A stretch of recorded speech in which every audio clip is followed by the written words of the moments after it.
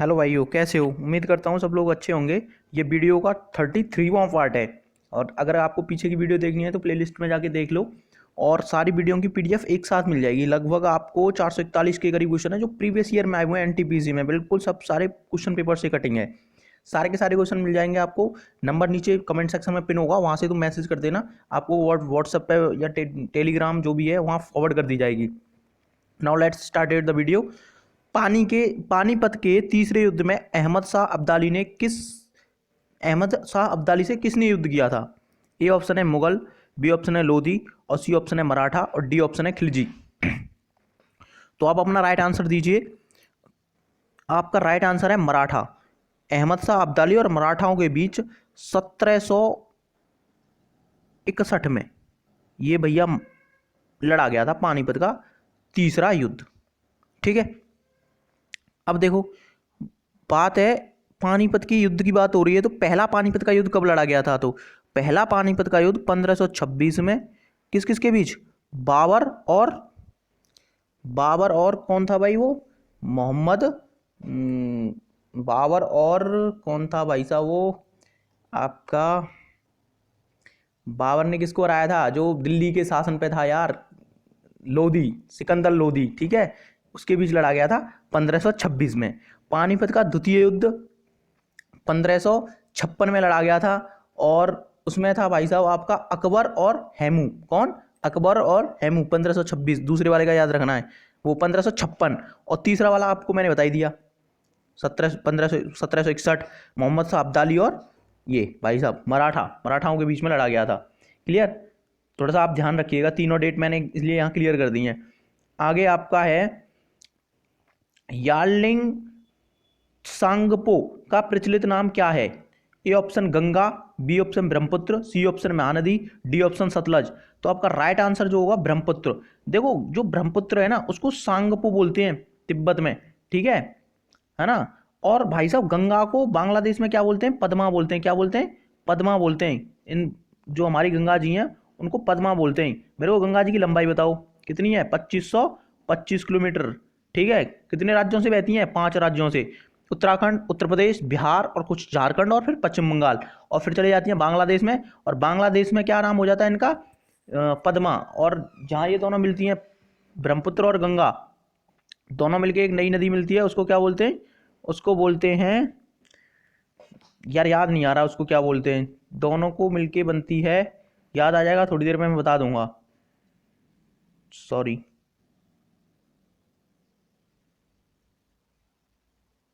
हाँ, यहाँ तक हो गया था, है ना? अगला क्वेश्चन है आपका, भोजन से प्राप्त ऊर्जा को कैसे मापा जाता है? A option calories, B option kelvin, C option fat, और डी ऑप्शन एम्पियर्स। तो राइट आंसर क्या होगा? कैलोरीज। केल्विन में टेम्परेचर को नापा जाता है और एम्पियर्स में विद्युत धारा को मापा जाता है। ठीक है, फैट कुछ नहीं होता। आगे अगला क्वेश्चन, भारत का पहला सुरक्षा सैटेलाइट कौन सा है? इनसैट 2B, जीसैट 7, जीसैट 6 और IRS फर्स्ट ए। तो आपका जो भारत का पहला सुरक्षा सैटेलाइट है वो है जीसैट 7। अब मेरे को बताओ, भारत ने सबसे पहले अपना कौन सा सैटेलाइट छोड़ा था? तो वो छोड़ा था भैया 1969 में आर्यभट्ट। कौन सा? आर्यभट्ट। देखो, अलग अलग दो क्वेश्चन बनेंगे। भारत का पहला सैटेलाइट तो वो आर्यभट्ट था, जो कि सोवियत संघ से छोड़ा गया था। लेकिन भारत का स्वदेशी जो श्री धवन स्पेस स्टेशन तिरुवनंतपुरम इसरो का सेंटर है, वहां से जो छोड़ा गया था उसका नाम था रोहिणी। क्या नाम था? रोहिणी। अलग अलग याद रखना है तुमको। ठीक है, रोहिणी हमने अपने स्वदेश से छोड़ा था, और विदेश से जो छोड़ा था उसका नाम था आर्यभट्ट। ठीक है, और मेरे को एक चीज और बता दो, जो हमारा चंद्रयान फर्स्ट था वो कब छोड़ा गया था? तो 2008 में। और चंद्रयान सेकंड 22 जुलाई 2019 में छोड़ा गया था। और चंद्रयान सेकंड जिस रॉकेट से छोड़ा गया था उसका नाम था GSLV Mark 3।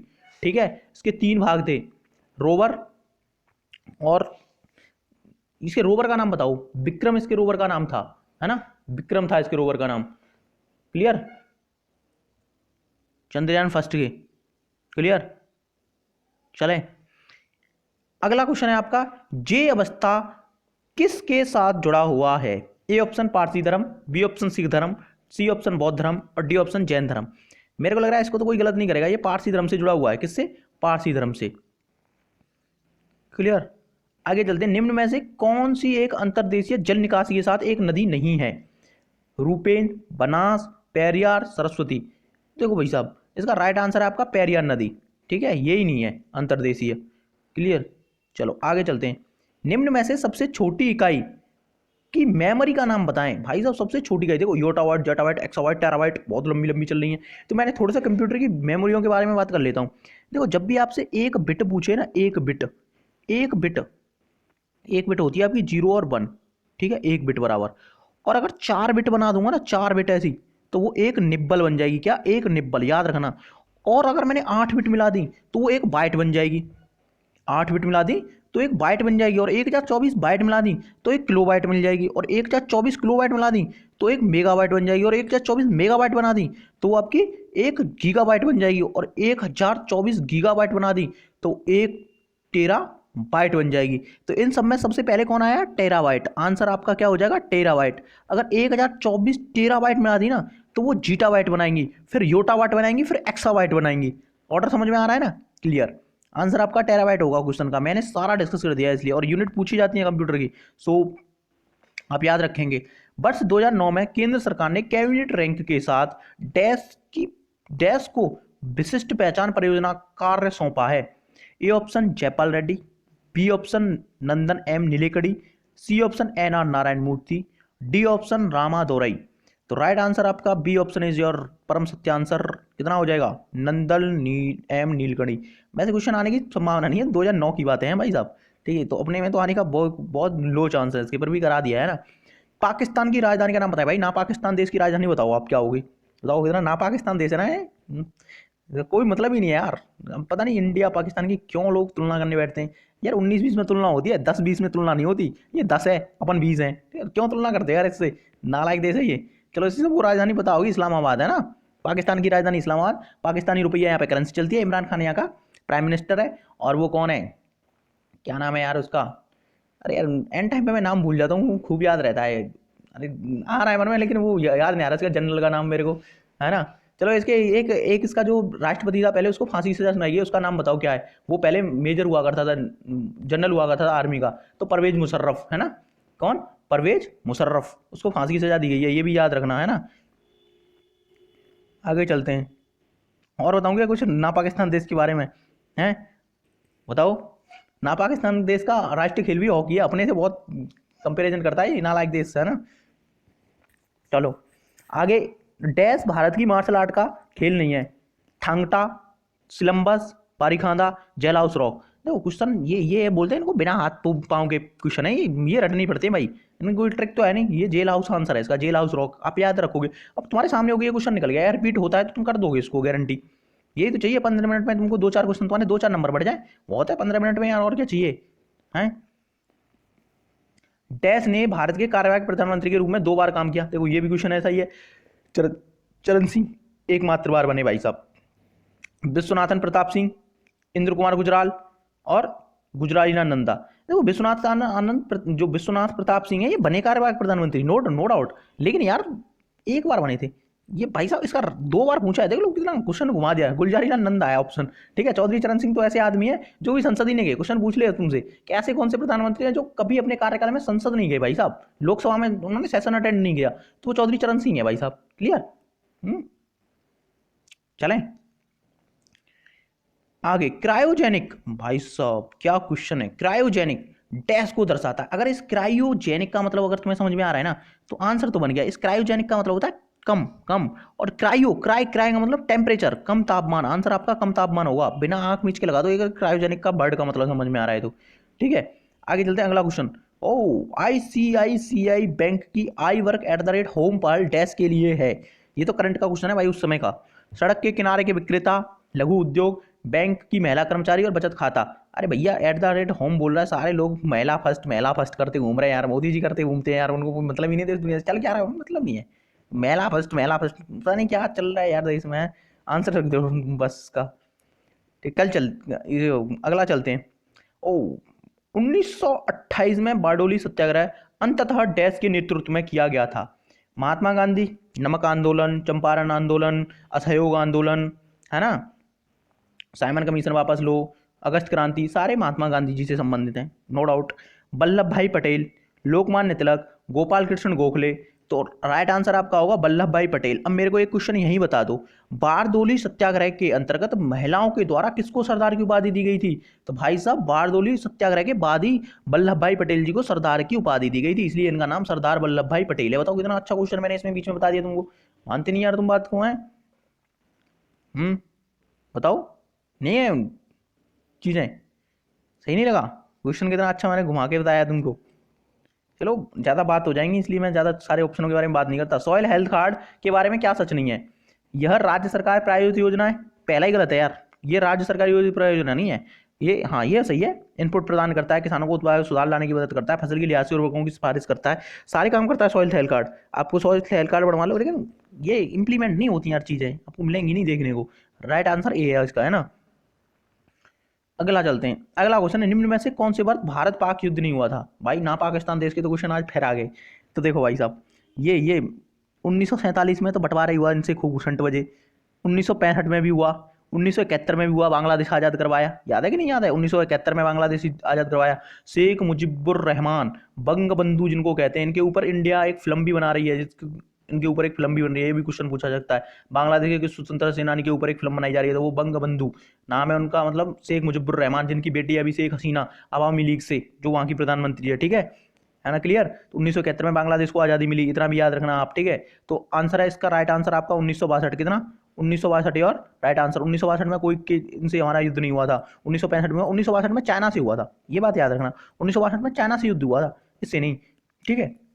इससे तो 1965 में हुआ, 1971 में हुआ, 1947 में हुआ। 1971 में इनके भाई साहब, इनके कराची बंदरगाह पे ना, इनके 90,000 सैनिकों को नाक नाक रगड़वा दी थी अपने अपने लोगों ने, है ना।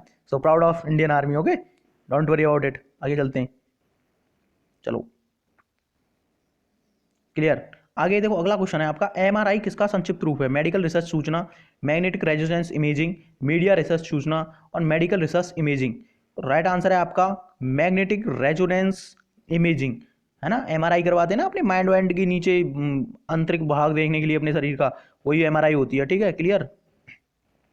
नेक्स्ट क्वेश्चन इज, डैश एक मानव हड्डी का जोड़ नहीं है? बॉल एंड सॉकेट होता है भाई, बॉल एंड सॉकेट आपके शोल्डर में होता है। ग्लाइडिंग, मैक्रो, मैक्रो और सैडल आपकी हथेली में होते हैं ये दोनों, और gliding is your right answer, ठीक है। अब मेरे को एक बात बता दो, ग्लाइडिंग तो इसका राइट आंसर हो गया भाई साहब, ग्लाइडिंग तो इसका राइट आंसर हो गया, लेकिन अब मेरे को तुम एक बात और बता दो। क्या बताओगे जी? आप मेरे को बता दो कि भैया जो है जो हमारी मांसपेशी से हड्डी जो जुड़ी हुई रहती हैं उसको क्या बोलते हैं, और हड्डी से हड्डी जुड़ी रहती है उसको क्या बोलते हैं, है ना। ये दो चीज़ें तुम मेरे को बता दो कि अगर हड्डी से हड्डी जुड़ी है तो उसको क्या बोलेंगे, और अगर मांसपेशी से हड्डी जुड़ी हुई है तो उसको क्या बोलेंगे, ठीक है। आप ये आंसर मेरे को कमेंट सेक्शन में कमेंट करेंगे। बहुत अच्छे क्वेश्चन हैं दोनों ही, और खूब पूछे जाते हैं पेपर में, मैंने देखा है ऐसा क्वेश्चन, इसलिए पूछा है, ठीक है। प्राचीन गणितीय गणना के लिए इस्तेमाल साधन डैश कहा जाता है? कैलकुलेटर, अबेकस, टेबल, रेखांकन। तो राइट आंसर इज अबेकस। सबसे पहले अबेकस बना था जिससे गणना की जाती थी, कैलकुलेटर तो बहुत बाद में आया है। कंप्यूटर का पिता चार्ल्स बेबेज, है ना भाई साहब, क्लियर, ठीक है। और मेरे लैपटॉप का बताओ यार, कंप्यूटर का तो सबको रटा हुआ है, लैपटॉप का बता दो कोई, लैपटॉप का बता देगा कोई?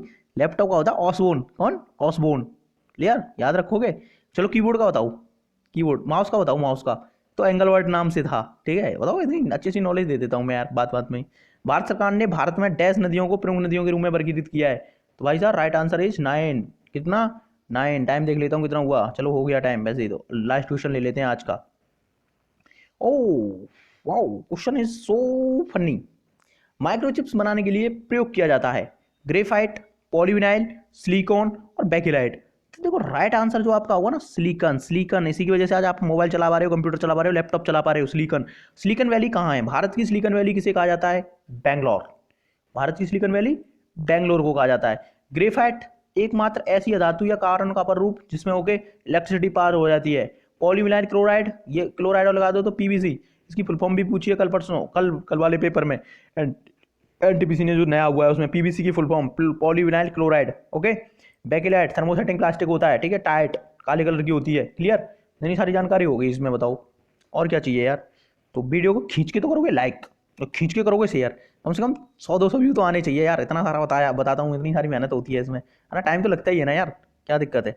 चलो ठीक है, तो टाटा बाय बाय, मिलते हैं नेक्स्ट वीडियो में।